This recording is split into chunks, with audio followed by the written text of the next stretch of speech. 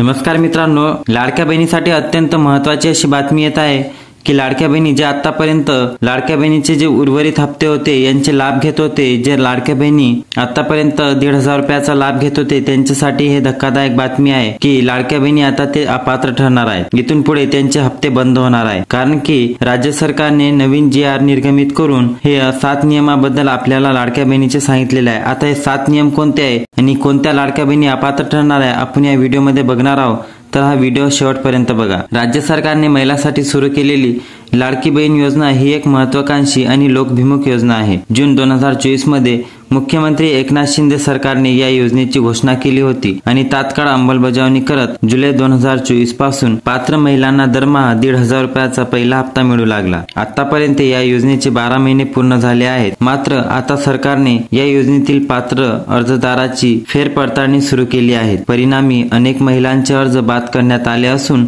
अपात्र ठरण्यात आलेल्या महिलांची संख्याही वाढत आहे। या संदर्भात अन्न व नागरी पुरवठा मंत्री छगन भुजबळ यांनी नुकतेच स्पष्टपणे सांगितले की ज्यांच्याकडे बंगले, गाड्या आहेत अशा महिलांनी स्वतःहून योजनेतून माघार घ्यावी। ही योजना गरजू व आर्थिकदृष्ट्या कमकुवत महिलांसाठी आहे। श्रीमंत महिलांनी याचा गैरफायदा घेऊ नये असेही ते म्हणाले। यावरून आपल्याला कळत आहे की आता राज्य सरकार लाडक्या बहिणी योजनेबद्दल खूप कटिबद्ध होत आहे। तर चला जाणून घेऊया की कोणत्या अशा लाडक्या बहिणी आहेत ज्यांना लाभ मिळणार नाही आहे। त्यांची वयोमर्यादा जर बघितली तर 21 वर्षाखालील आणि 65 वरील महिलांना लाभ मिळणार नाही आहे। राज्याबाहेरील महिला, महाराष्ट्र राज्याच्या बाहेरील राहणाऱ्या महिलांना योजनेत समाविष्ट करता येणार नाही। उच्च उत्पन्न गटातील महिला, ज्या महिलाचे वार्षिक उत्पन्न 2.5 लाखापेक्षा जास्त आहे किंवा कुटुंबातील सदस्य आयकरदाता आहेत अशा पण महिला बाद ठरणार आहेत। सरकारची कर्मचारी कुटुंबीय, ज्या कुटुंबातील सदस्य केंद्र, राज्य शासन मंडळे, महामंडळे, स्थानिक संस्था इत्यादी मध्ये कायम नोकरीत आहेत किंवा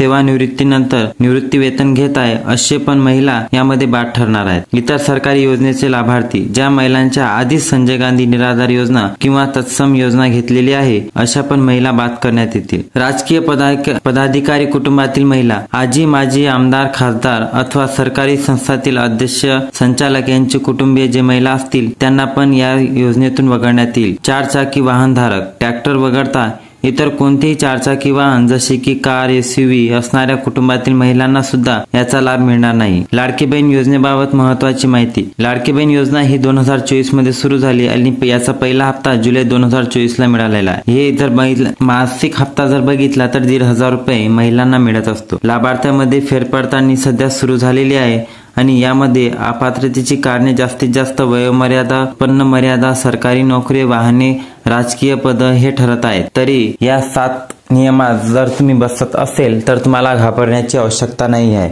तुमचे पुढील हप्ते सुरू राहणार आहे आणि याच्या पुढे तुम्हाला अजून लाडक्या बहिणीबद्दल जे पण माहिती मिळणार आहे ते आपल्या व्हिडिओवर संपूर्ण माहिती होईल। जेणेकरून तुम्हाला माहिती लवकर मिळावी तर व्हिडिओला लाईक करून चॅनलला सबस्क्राईब करा।